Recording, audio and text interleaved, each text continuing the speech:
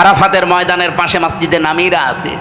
16 সালে একবার দেখলাম ইমাম সাহেব খুতবা দিচ্ছে আরবিতে, আমাদের দেশের শহীদ রাষ্ট্রপতি জিয়াউর রহমানের নাম নিয়ে দোয়া করছিল।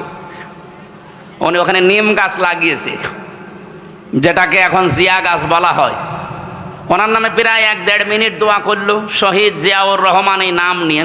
পরবর্তীতে দোয়া খেয়াল করে দেখি ওনার জন্য মাফ চায়, ওনার সম্মান বৃদ্ধি করার জন্য আল্লাহর কাছে বলছে আরাফাতের ময়দানে খুতবায়, হজের খুতবায়। কারণ কি? আরাফাতে লক্ষ লক্ষ মানুষের মাথার উপরে এই যে ছায়া দেওয়ার জন্যে বাংলাদেশ থেকে প্লেনে করে মাটি আর নিম গাছ নিয়ে লাগিয়েছে। এই জন্য জিয়া ট্রি বলা হয়। তারা মানুষের মাথার উপরে এই মরুভূমিতে যত রকমের উত্তাপ আছে, তাপ বন্ধ করার জন্য ছায়ার ব্যবস্থা করেছে, তাদের জন্য দোয়া হয়। আর আপনি তার নাম নিয়ে রাজনীতি করে, তার আদর্শের সৈনিক দাবি করে মানুষের মাথার ছায়া আরো কেড়ে নিচ্ছে।